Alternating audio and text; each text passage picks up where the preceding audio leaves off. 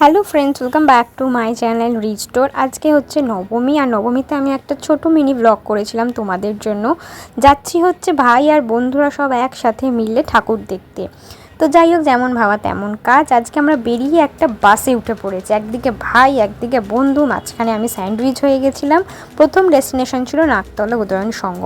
ঠিক মণ্ডপের উল্টো দিকেই এই মায়ের মন্দিরটা দেখে এত ভালো লাগলো, তাই ভাবলাম তোমাদের সাথে একটু শেয়ার করি।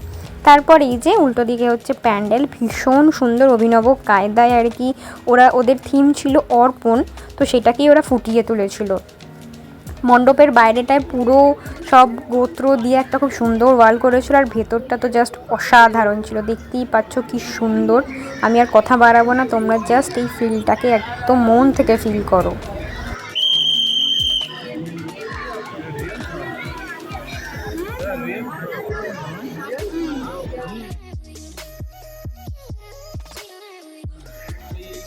খুব ভালো করে লক্ষ্য করলে কিন্তু বুঝতে পারবে ঠাকুরটা ঠিক যেইখানে রাখা হয়েছে বা যেখানে ঠাকুরের পুজো হচ্ছে সেইটা কিন্তু আদতে একটি সাদা শঙ্খর আদলে তৈরি করা হয়েছে। আর চারপাশে প্রচুর কোষাকুষি রাখা হয়েছে, সেখান থেকে জল একদম ওপর থেকে নিচে অবধি খুব সুন্দর রিদম মেনটেন করে পড়ছিল। নেক্সট আমরা চলে এলাম কেন্দুয়া। ইয়েস, আমাদের কাছে ছিল কেন্দুয়ার পাস, আর সেটাই আমি একটু শো অফ করছিলাম, কারণ একটু তো শো অফ করতেই হবে।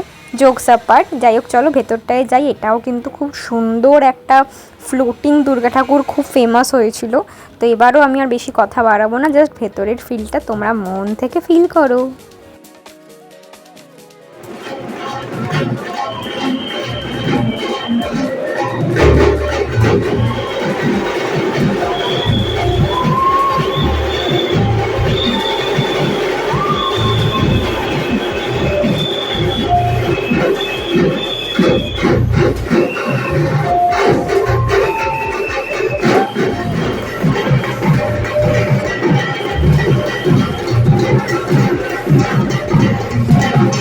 অসাধারণ দুটো প্রতিমা দেখে তারপর ক্যাব ধরে আমরা চলে যাচ্ছিলাম সোজা অ্যাক্রোপলিস মল।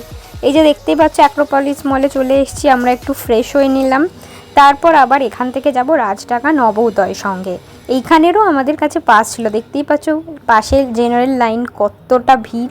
আর এই যে আমি আবার এগেন শো অফ করতে করতে পাস দেখিয়ে প্যান্ডেলের সামনের দিকে এগিয়ে যাচ্ছি। এইখানের থিম ছিল প্রশ্ন। খুব সুন্দরভাবে ওরা একটা মানে প্যান্ডেলের মাঝখানে একটা বড় ভারী পাথরকে ঝুলিয়ে রেখেছিল। খুব সুন্দরভাবে সায়েন্স বা ফিজিক্স যেটাই বলো, সেই প্রত্যেকটা জিনিস ওরা খুব ভালোভাবে ইউটিলাইজ করেছিল। তো তোমরাও দেখো, আমরা তো দেখছি।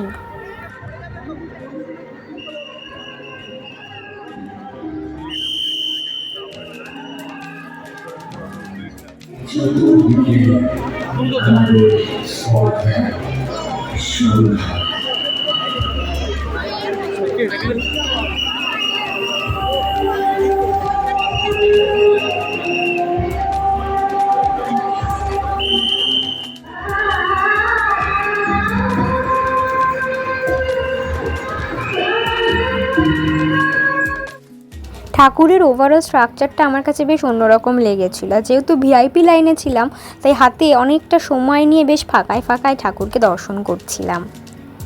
তারপর সেখান থেকে সোজা চলে আসি বোসপুকুর শীতলা মন্দিরে। খুব একটা সত্যি বলতে আমি বুঝতে পারিনি ওদের থিমটা ঠিক কী ছিল, তবে যেটাই ওরা বানিয়েছিল তবে আমার খারাপ লাগেনি। তবে খুব যে ভালো লেগেছিলো সেটাও বলবো না। ঠাকুরের পিছনে যে কেন করটির মাথা ছিল সেটার উত্তর আমার জানা ছিল না। তবে হ্যাঁ, নিচে একটা ছোট একচালার ঠাকুর ছিল, যেটাতেই মূলত ওরা পুজো করেছিল। এরপর যদিও আমরা চলে গেছিলাম বোসপুকুর তাল বাগানে, সেইখানটার পুজো নিয়েও আমার সেই একই মত ছিল যে তার পুরো থিম বা ঠাকুর পুরো ব্যাপারটাই আমার বোধগম্য হয়নি। আর সবথেকে অবাক লাগছিল তালবাগানের মাতৃ প্রতিমার বুকে বলো বা পেটে বলো একটা মিরর আঁকা ছিল, যেখানে মানুষ ছবি তুলে যাচ্ছিল। নেক্সট সেখান থেকে চলে আসি ঐতিহ্যবাহী একডালিয়ায়। সবাই জানো এখানে সাবেকি মাতৃ প্রতিমা করা হয়, আর মন্দিরের আদলেই প্রত্যেকবার প্যান্ডেলটা করা হয়। আর সবথেকে বেশি মূল আকর্ষণকারী এই ওপরের ঝাড়বাতিটা, আর অবশ্যই ঠাকুরের চোখ মুখের ভঙ্গি। তো যাই হোক, সেখান থেকে আমরা চলে গেলাম সোজা সিংহি পার্ক। অবশ্য হ্যাঁ, তার আগে যাওয়ার আগে একটু খিদে পেয়ে গেছিলো, তাই একটু চিকেন পাকোড়া খাচ্ছিলাম সবাই মিলে। আর এই যে তারপর চলে এলাম সোজা সিংহি পার্কে। যদিও তখন একটু একটু বৃষ্টিও নেমে গেছিলো, তাই ভাবছিলাম যে আজকে এই মাতৃ প্রতিমা দেখার পরই আমরা আমাদের যাত্রায় ফুল স্টপ লাগাবো, কিন্তু মন মানে না। তাই তারপর আবার সেখান থেকে বৃষ্টি মাথায় করে চলে গেছিলাম গড়িয়াহাটের হিন্দুস্তান পার্ক। আর হিন্দুস্তান পার্ক মানেই সেই বিখ্যাত লাইটের গেট বলো বা যাই বলো, যার নিচ থেকে সবাই হাঁটতে ভীষণ ভালোবাসে। তো আমরাও সেটা ক্রস করে তারপর ঠাকুর দেখে ফাইনালি ঠিক করলাম আজকের মতো এখানেই এন্ড করব। আর অবশ্যই তার সাথে সাথে ব্লগটাও। তাহলে কমেন্ট করে জানিও কেমন লাগলো এই মিনি ব্লগটা। আজকের মতো সবাইকে টাটা, bye, take care, good night, সবাই খুব ভালো থেকো।